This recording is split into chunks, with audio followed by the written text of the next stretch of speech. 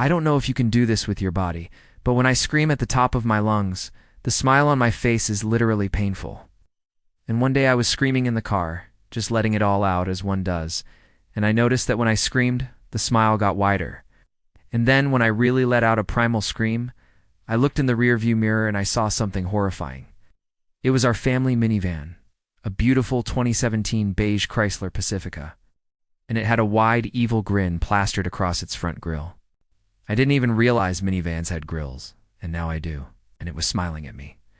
This is not normally what minivans do. They do not have facial features. And certainly this one wasn't supposed to have facial features. Odd. But there it was, grinning back at me with a wide, toothy smile, like the Cheshire Cat from Alice in Wonderland after he inhaled too much helium. And then I started laughing, pulled over, turned off the engine, and I burst out laughing. The thought of my sweet ride having an identity crisis in the middle of traffic was too much for me. I couldn't help myself. I was cackling uncontrollably. But then it hit me, a wave of existential dread so powerful it nearly knocked me off my feet. What if the van wasn't smiling? What if it was grimacing in pain or disgust or horror or anger? What if that wasn't a smile? What if it was trying to silently scream at me, begging me to stop the madness? And I'm going to tell you right now, it wasn't. It was totally smiling at me. But that didn't stop me from hyperventilating in the middle of the parking lot, staring at the grill of the car, willing it to stop smiling, willing it to go back to being a normal minivan grill again. I think I would have stayed there forever if my daughter hadn't come out of the back and asked why I was sitting in the car with my foot still on the brake, smiling maniacally, talking to the dashboard, and occasionally screaming at the top of my lungs. And then I realized I had left my coffee in the cup holder, and I was so distracted by the smiling minivan that I had forgotten all about my coffee, which was at that point scalding my hand. So I grabbed the cup and I took a big gulp of coffee to remind myself that I was indeed still living in reality. I mean, how often do you get to escape into a fantasy world where your car talks to you and where the minivans are sentient beings with malicious intent? How often does that happen? Never. And yet here I was having a full-blown panic attack because of a stupid minivan grill. So I poured the rest of the coffee out the window, consoled myself with the fact that I still had a full bladder, and then we went into the restaurant to use the bathroom and grab some lunch. When I came back, the smiling continued. And as I drove, I tried everything I could think of to make it stop. I turned down the radio, I turned it back up, I switched stations, even plugged my phone into the O cord and played some music off my phone. Nothing. The smiling persisted. And I mean this in the nicest way possible, but the smile was gross. It was on one of those polite smiles that you give someone when they tell you a mildly amusing story about their vacation. This was a toothy, evil, maniacal grin.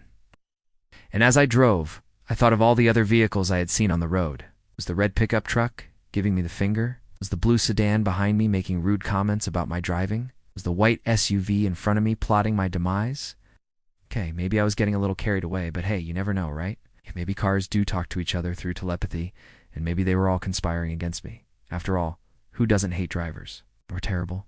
So I pulled into the driveway at home, threw the car into park, and turned it off. I was exhausted. All the screaming and yelling and wondering had worn me out, and I knew if I didn't get out of the car, I was going to keep overthinking things, and I was going to drive myself crazy. As I got out of the driver's side door, I glanced at the passenger side, and sure enough, the smiling continued. I swear that if I had $1 for every time I checked on the smiling that day and it was still there, I could buy a new car. And that's when I noticed something else. There was a white envelope sitting on the seat, which made absolutely no sense because the only other times I had seen envelopes in my car was when I bought a new car and they put the paperwork in an envelope, and when I got my speeding ticket last year. Now I know what you're thinking. You should have just ignored it, man. Why did you even look at it?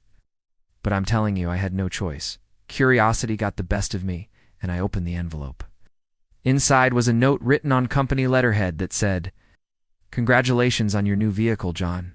From all of us at Pleasant Valley Motors." Now, if you've ever bought a car before, you know they usually give you a nice little gift basket of goodies, and some flowers or something when you pick up your new car. Sometimes they include a handwritten note congratulating you on your purchase. Except we didn't get any of that. All we got was a plain white envelope with a note inside. If you remember, we were in the middle of nowhere when I bought this car. I would have been surprised if the guy at finance just slipped it into the glove box. But how did it get into the passenger seat? And then I remembered. When I picked up the car, I had taken a quick peek in the glove box, but I hadn't looked in the passenger seat. So I went back out to the car and I slowly opened the passenger side door and I looked inside. There was nothing there except for the faint smell of cinnamon and a single white feather. And then I noticed something else. The air freshener hanging from the rearview mirror was slightly askew. And then I heard it. A voice, a raspy whisper that seemed to come from everywhere and nowhere at once.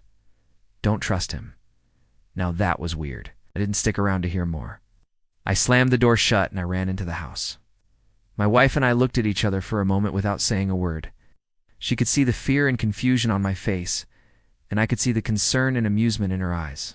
I mean, who wouldn't be amused by the idea of their spouse having a nervous breakdown because their car was smiling at them?